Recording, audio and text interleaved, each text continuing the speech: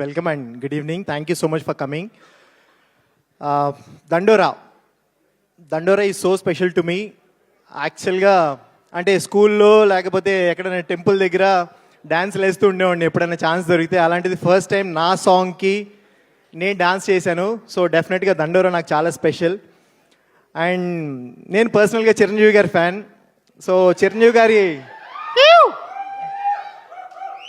So Chiranjeevi గారు పవన్ కళ్యాణ్ గారిని ఎవరిని అంటే మాత్రం పిచ్చ ఫైట్ చేసేవాడిని స్కూల్లో కాలేజ్లో.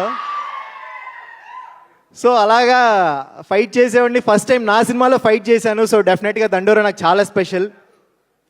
Murali bro, thank you so much for this Ravi character.